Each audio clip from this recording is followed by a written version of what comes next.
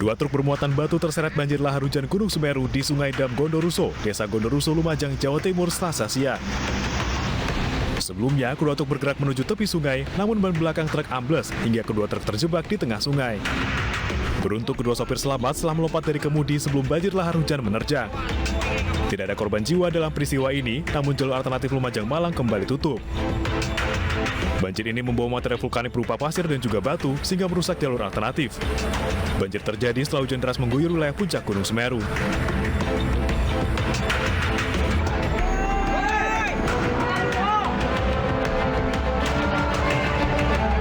Sementara itu di Sleman, Yogyakarta, satu truk penambang pasir diterjang banjir lahar hujan Gunung Merapi di aliran Sungai Gendol pada Selasa siang. Banjir terjadi setelah puncak Gunung Merapi diguyur hujan lebat selama 1 jam. Setelah banjir reda, proses evakuasi truk dilakukan dengan menggunakan sejumlah alat berat. Tim Liputan iNews melaporkan. Pemirsa, korban meninggal akibat minimarket yang roboh di Kabupaten Banjar, Kalimantan Selatan bertambah menjadi 5 orang. Ya, sementara korban lainnya yang diduga masih terjebak berjumlah 2 orang. Dan Senin kemarin petugas berhasil mengevakuasi 3 korban.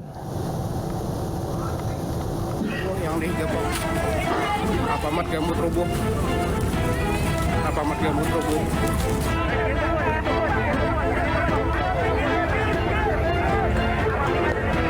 Ya, pemirsa, sementara korban lainnya yang diduga masih terjebak berjumlah 2 orang.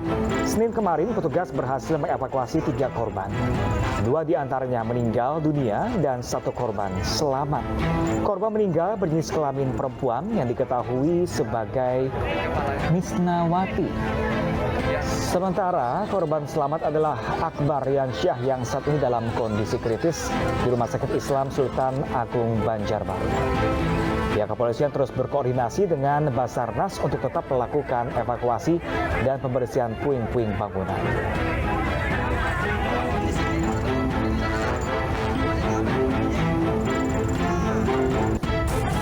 Alfamart gambut roboh yang digabung. Alfamart gambut roboh. Alfamart gambut roboh.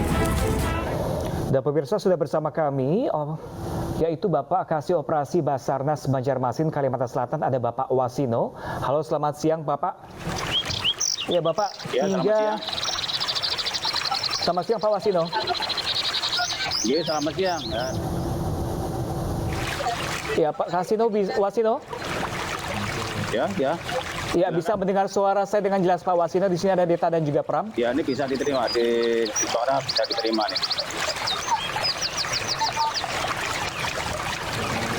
Ya, pemirsa, kami masih berusaha untuk menghubungi Pak Wasino terkait proses evakuasi minimarket yang ambruk beberapa hari yang lalu, pemirsa. Baik, Pak Wasino, sudah berapa korban yang berhasil ditemukan hingga siang hari ini? Oke, terima kasih, Mbak. Perlu saya sampaikan untuk penanganan evakuasi untuk robohnya Alfamart di Gambut, ya, Banjarmasin. Itu alhamdulillah sampai saat ini sudah tidak ada korban lagi, dan korban yang bisa dievakuasi itu ada 13, ya, ada 13. Yang 9 selamat, yang 4 itu dalam posisi meninggal dunia. Jadi sudah kita evakuasi semuanya, dan semuanya bisa aman terkendali, juga termasuk teman-teman rescue maupun SAR gabungan. Baik, Pak Wasino, ke-13 orang itu siapa saja? Apakah termasuk pembeli dan juga karyawan dari minimarket?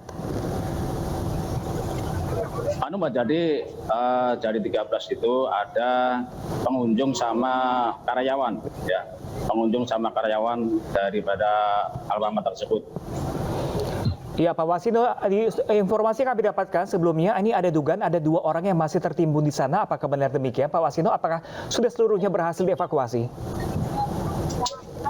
Jadi dari 13 itu sudah terevakuasi semua. Jadi sampai saat ini alhamdulillah tidak ada laporan dari warga maupun masyarakat yang istilahnya melaporkan bahwa ada korban atau kehilangan keluarganya, itu tidak ada. Sampai sekarang sudah aman. Artinya proses evakuasi hari ini masih berjalan terus atau bagaimana, Pak Wasino? Untuk hari ini kita masih posisi di lokasi, di lapangan, tapi kita melakukan pemantauan. Yang pertama, siapa tahu ada laporan dari warga, itu nanti kalau memang ada laporan dari warga ada yang kehilangan, baru nanti kita akan kondisikan untuk cari solusinya lagi. Berarti masih ada pemantauan untuk mengantisipasi ada korban yang tertimbun reruntuhan. Lantas bagaimana dengan puing-puing bangunan sendiri? Apakah sudah mulai dibersihkan? Kalau untuk puing-puing sampai saat ini belum ya. Cuma hari kemarin kebetulan kita sudah sama tim dari Polsek Gambut sudah menyiapkan alat berat untuk ini mengkondisikan, kan itu ada jalan ke warga yang tertutup dengan puing-puing tersebut. Untuk kemarin sudah diposisikan jalan untuk akses jalan dibuka kembali. Tujuannya nanti warga juga bisa melaksanakan aktivitas itu saat Ya, Pak Wasino. Pak Wasino, tapi saat ini sebentar istirahat dulu. Oke, Pak Wasino, ini evakuasi berjalan hampir 2 hari lamanya. Ini hambatannya seperti apa sih Pak Wasino di sana? Di mana? Ya, evakuasi berjalan hampir 2 hari sepertinya ini. Nah, ini hambatannya apa saja yang dialami petugas di sana untuk mengevakuasi korban dan juga puing-puing bangunan? Hambatan yang pertama kalau hari kemarin ya, yang pertama itu pada saat kejadian kan itu jam sore ya. Jadi pada saat pelaksanaan evakuasi itu karena malam, yang pertama itu kita harus mempersiapkan penerangan, dan alhamdulillah itu penerangan sudah kita laksanakan dengan baik. Terus untuk yang hari kedua itu kendala kita adalah pada saat itu hujan lumayan di daerah lokasi itu hujan deras kemarin pada saat melaksanakan evakuasi yang hari kedua itu. Baik. Itu yang kemarin kita kondisikan hari kedua itu. Baik, terima kasih Bapak Wasino atas informasinya. Semoga tidak ada lagi korban ataupun warga yang tertimbun reruntuhan bangunan. Terima kasih sudah bergabung di iNews Siang. Dan pemirsa, kita ke informasi selanjutnya. Mendekati hari terakhir pembagian bantuan langsung tunai, ratusan warga berdesakan di kantor pos Panyabungan, Sumatera Utara. Ya, pihak kantor pos memberi batasan hari pembagian hingga hari ini.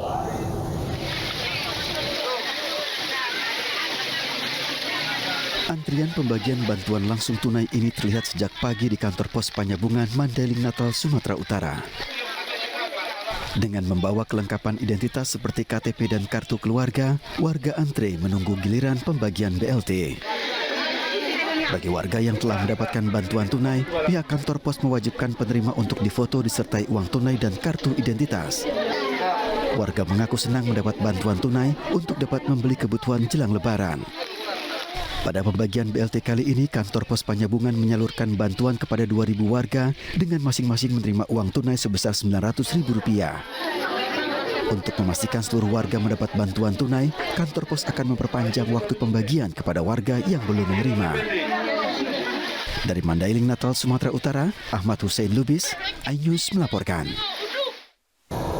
Sementara pemirsa, ribuan warga di Sukabumi, Jawa Barat antri sejak pagi untuk mencairkan bantuan langsung tunai atau BLT. Dalam peraturan pencairannya dibutuhkan persyaratan, yaitu warga harus sudah mendapatkan vaksin booster. Seorang warga yang takut divaksin kecewa dan memilih pulang tanpa mencairkan bantuan sosial tersebut.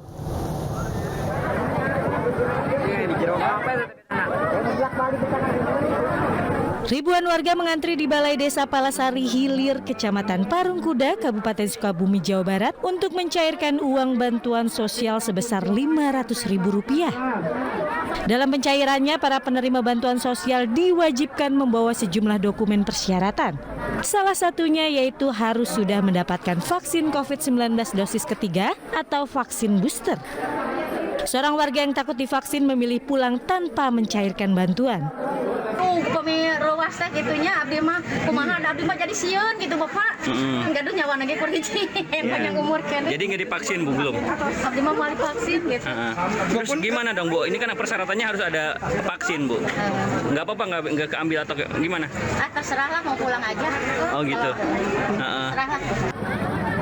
Penyaluran bantuan ini dilakukan bergiliran dari setiap kedusunan untuk menghindari kerumunan. Namun warga lebih memilih datang sejak pagi dan mengantri divaksin agar bisa menerima bantuan. Dari Sukabumi, Jawa Barat, Budi Setiawan, iNews melaporkan. Kejaksaan Agung menetapkan 4 orang tersangka korupsi ekspor minyak goreng. Ya, kasus korupsi ini akan diusut hingga ke level menteri.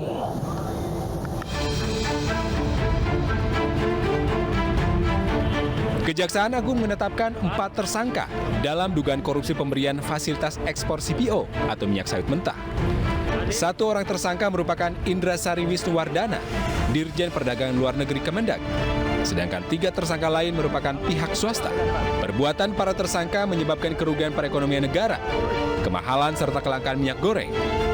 Tersangka diduga mengeluarkan persetujuan ekspor kepada eksportir yang seharusnya ditolak izinnya karena tidak memenuhi syarat. Tersangka ditetapkan 4 orang. Yang pertama, pejabat eselon 1 pada Kementerian Perdagangan bernama IWW, Direktur Jenderal Perdagangan Luar Negeri, Kementerian Perdagangan. Menghadapi hal itu, Menteri Perdagangan Muhammad Lutfi mendukung penuh proses hukum yang tengah berjalan dan siap memberikan informasi yang diperlukan. Ia juga menginstruksikan jajarannya untuk membantu proses penegakan hukum. Sementara itu, Kejaksaan Agung akan mengusut kasus korupsi ini hingga ke level menteri. Meski demikian, Kejaksaan Agung belum memeriksa Menteri Perdagangan Muhammad Lutfi. Tim Liputan, iNews melaporkan. Ya, pemirsa, Menteri Perdagangan Muhammad Lutfi mengatakan hingga kemarin, yaitu H-13 Lebaran, harga kebutuhan pangan jelang Lebaran masih relatif stabil dan stoknya dinyatakan aman. Setiap harinya, Kementerian Perdagangan akan memantau harga di lebih dari 200 pasar tradisional di 34 provinsi untuk memastikan tidak ada lonjakan harga yang tidak wajar. Pertanggal 19 April 2022 atau H-13 sebelum Idul Fitri, dapat kami sampaikan harga rata-rata nasional bahan pokok masih stabil dan stoknya terjaga dengan aman. Beras medium stabil di 10.400 per kilogramnya dan beras premium di 12.400 per kilogramnya. Gula pasir stabil di 14.700 per kilogram dengan stok nasional masih aman hingga pertengahan tahun. Daging sapi 133.000 per kilogram, turun Rp100 dibandingkan dengan kemarin, tetapi masih lebih tinggi 0,45% dari minggu lalu. Daging ayam berada di 37.000 per kilogramnya, turun Rp100 dibandingkan dengan kemarin. Sementara harga terus stabil di 26.100 per kilogramnya. Kemudian bawang merah naik Rp400 dari kemarin menjadi 34.000 per kilogramnya. Akan tetapi masih lebih rendah 1,16% dibandingkan dengan minggu lalu. Bawang putih di kisaran 31.000 per kilogramnya sampai 32.900 per kilogramnya, turun tipis 0,3% dari kemarin. Sementara harga cabai naik tipis 0,4% dibandingkan dengan kemarin di kisaran 42.300 sampai 49.300 per kilogramnya tergantung dari jenisnya.